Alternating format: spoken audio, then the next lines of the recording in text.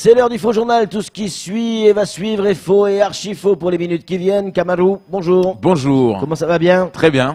Allez, on attaque avec la réforme des retraites. Il va falloir s'y mettre. Hein. Exactement, la réforme des retraites. Jamais dans ma vie, j'ai jamais vu des avocats aussi en colère. Ah, on est partout en France, on les a vus sur les plateaux télé, partout, même chez nous, hein, vous l'avez vu le mec. Hein. Ah non, non, ils y tenaient plus debout. Hein. Ah non, non, jamais j'ai vu. Mais ils sont vénères, les mecs. Ouais, en plus, la phrase qui revient souvent dans leur bouche, c'est que, ah non, non, non, non, non, nous on a demandé rien à personne. Hein. Non, non, on n'a demandé rien à personne. Hein. Nous, on a notre, régime autonome, s'il vous plaît. Faut pas y toucher. Et d'ailleurs, c'est nous qui contribuons à payer les autres. Hein. Donc, non, non, non, non, non, pas du tout. Non, on n'est pas d'accord. Donc, on s'est dit, attends, mais il y a quelque chose, on est passé à côté de quelque chose depuis des années. On ne connaissait pas les mecs. On les a vus hier. Mais oui, tout le monde. Oui, non, non, non, non, non, ne touchez pas à nos 2 milliards. Ne touchez pas à nos 2 milliards. Parce que nous, déjà, on donne 80 millions à tous les pauvres. Nous riches, on contribue quand même. Donc, ne touchez pas. Et là, donc, ils ont dit, oui, monsieur le président Macron, monsieur Édouard Philippe, on n'est pas d'accord avec votre réforme. Et donc, le président, qui s'est adressé, bien sûr, à madame Belloubet, la garde des Sceaux. Quelle est votre réquisition là-dessus? Alors, moi, selon l'article des condamnés, 473, non, je ne reviendrai pas dessus. Vous êtes comme tous les autres condamnés, à payer des impôts, à payer des charges. Voilà. Et d'ailleurs, pour la peine que je demande, monsieur le président, je demanderai une peine allant de 14% jusqu'à 28%. Voilà. Comme tout le monde. Un régime universel. Hein? Donc, et donc c'est là où on s'est dit, mais nous autres ici, nous on n'est plus des condamnés, on est condamnés à mort. Nous à Mayotte. Parce que les autres s'ils sont condamnés, ils sont juste condamnés, c'est des peines, voilà. Mais nous à Mayotte, c'est pas les retraites qui nous inquiètent, c'est la mort. Parce que, où est-ce qu'on va? Mais oui. Parce que nous on n'en est même pas. Des retraites. Vous plaisantez avec le problème des avocats, mais la réforme des retraites, elle va s'appliquer pour tout, y compris comment on dit, un nivellement entre le privé et le service public. Mais c'est ça. Et là, on risque d'avoir aussi mais c'est pour ça que je vous dis, c'est que vous allez trouver quelqu'un qui est déjà dans la guillotine et vous lui dites, vous avez peur de la mort? Je pense que la guillotine, c'est déjà la mort. Allez, on enchaîne avec Ma Santé 2022, un engagement collectif. C'est ça. Moi, je comprends pas. Franchement, ils ont raison. Ils ont raison, les avocats, de dire, ce gouvernement, parce qu'il y avait un avocat hier qui a fait une interview là. Il avait l'accent comme ça. Là. Ce gouvernement, il veut tuer tout ce qui marche en France. Tout ce qui marche en France, ils veulent le tuer. Et moi, je me suis dit, qui est parti à Paris voir ses chefs, ses pairs, et lui dire, Monsieur le Président, j'ai pensé pour Mayotte aussi mettre le dispositif sur Ma Santé 2022. Mais c'est qui ça? C'est la nouvelle là qui a fait ça?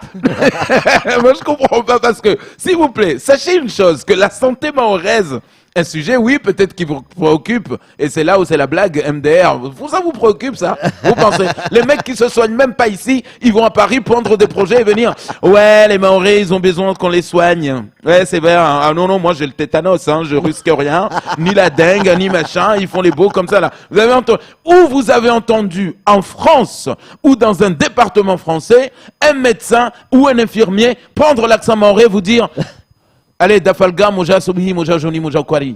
Ouais, matin, midi, soir. Ah, d'accord. Ou vous avez entendu un médecin en France et vous dire, vous avez un mal de cheveux? Allez, Dafalgan, matin, midi, soir. C'est Doliprane, c'est pas Dafalgan. Ouais, ouais. Quoi, vous avez un mal de ventre? Doliprane, matin, midi, soir. En plus, c'est les meilleurs Doliprane. Hein. Ouais. Ce sont le bleu, blanc, rouge, là. Blanc et rouge. Ouais, c'est un peu de caoutchouc bizarre, là où on a mis de la poudre dedans. Alors que vous autres, vous avez l'habitude de prendre du Luprifène. Nous, on connaît même pas ça. C'est quand on va à la pharmacie, l'infirmier vous dit, enfin le pharmacien vous dit, sinon tu peux prendre du Lubuprofène. Lubuprofène? C'est quoi ça? Nous on veut les trucs bleu, blanc, rouge, monsieur. C'est ce qu'on nous donne à l'hôpital. Allez, on enchaîne avec ce monsieur qui se fait passer pour un policier. Exactement, le mec avec ses gyrophares, avec sa plaque de police, on dirait, ben oui, oui, on dirait un policier américain quand même. Hein. Ouais. Ah, il était dans le sud chez lui, il se faisait. Mais bon, ça va. Vous n'arrêtez pas de dramatiser tout en France. Le mec, il voulait aider. Il voulait juste aider, faire peur aux conducteurs qui roulent comme des cons dans le sud. Donc dès que les mecs le voyaient, en plus, il est pas malin parce que il avait amené une voiture de location. Donc en fait, tout le monde se posait la question, mais les flics maintenant utilisent des voitures de location? Ah, ils sont mal lotis quand même en ce moment. Hein.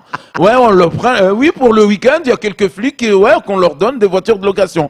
Mais le mec, c'est ce qu'on appelle un rabatteur. Vous qui avez fait la pêche au Jarifa, vous savez ce que c'est un rabatteur. Oui. Ouais, donc lui, il voulait rabattre les mauvais conducteurs vers la gendarmerie de Mzouazia.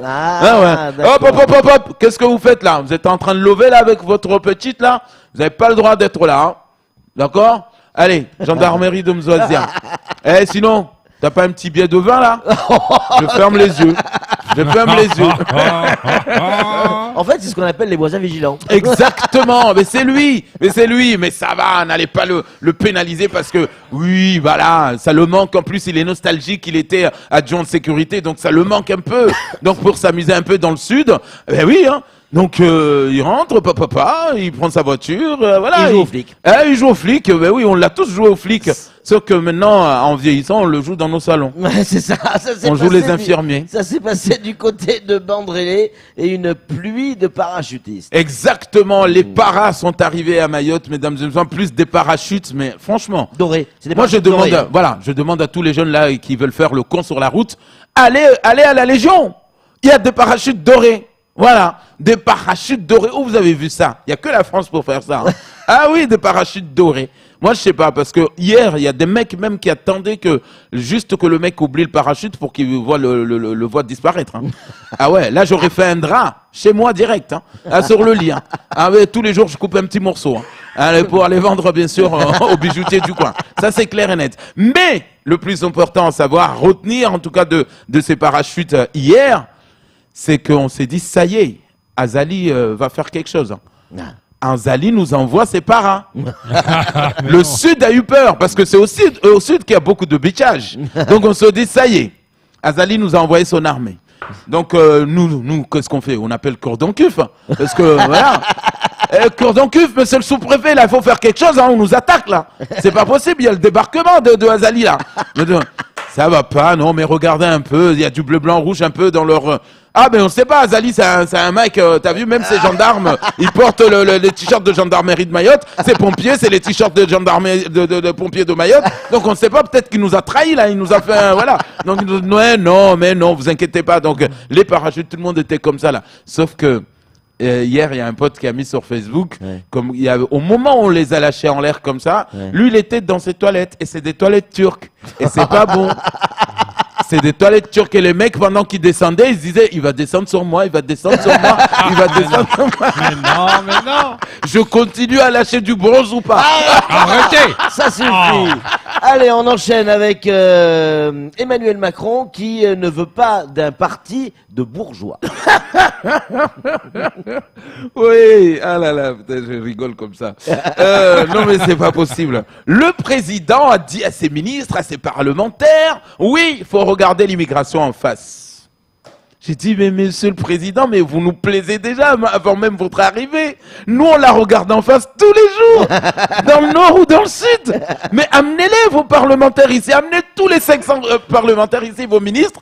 On va les laisser une journée au sud, avec le CODIM, de préférence. Hein? Donc, mais oui, ils vont rester comme ça. Alors, qu'est-ce qu'on attend là, Moution? On regarde l'immigration en face, monsieur. Donc, il faut regarder l'immigration en face, non? Parce que, ben oui. Et là, on s'est dit, non, le président ne veut pas d'un parti bourgeois. Mais attends, mais il y a un parti pauvre en France? On s'est demandé ça. Parce que nous, quand on regarde nos partis à Mayotte, le MDM... Mesquine. Ah, ils sont des mesquins. Quand on regarde les Républicains, on a regardé le riche parmi eux. Bof. On a dit, bon, Mansour, si on lui enlève les quelques honoraires députés, là, il devient pauvre comme tout le monde. Hein. Eh ben oui. qui est riche. Alors du coup, on s'est dit, mais monsieur le président, c'est normal que c'est votre parti qui est en ce moment au gouvernement. C'est le parti bourgeois. Parce qu'il a dit, non, si on est bourgeois, on ne s'intéresse pas à l'immigration. Donc, monsieur le président, vous êtes en train de virer à droite, là. Moi, je comprends pas. Parce que monsieur le président, il était PS, il est parti aller à la République en marche, et là, tout d'un coup, on se dit, est-ce qu'il n'est pas en train de se droitiser, là, monsieur le président? Parce que oui, dire, il faut regarder l'immigration en face, ouais, ben nous autres. Donc, dans ce cas, monsieur le président, laissez-nous, à Mayotte, vous dire comment on peut regarder l'immigration en face. Allez, on termine, ça y est, on a retrouvé Issa Abdou, il s'est laissé pousser la barbe.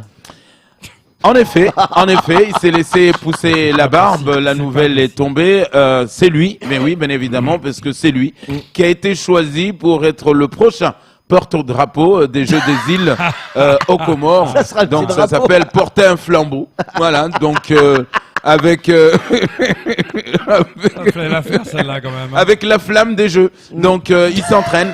Et ça lui arrive de s'entraîner tous les week-ends, donc sur les hauteurs de Bandélé. Ouais. Donc, chose qu'on conseille aux moins de 15 ans de passer par les hauteurs de Bandélé, là où il s'entraîne tous les jours. Parce que... Bon, on va avoir des soucis, mais ça c'est clair. Cette fois-ci, et une fois de plus, et à cause de vous, et seulement à cause de vous, Camar, cette fois-ci, on est dans la merde. C'est certain. Allez, c'est tout pour le faux journal.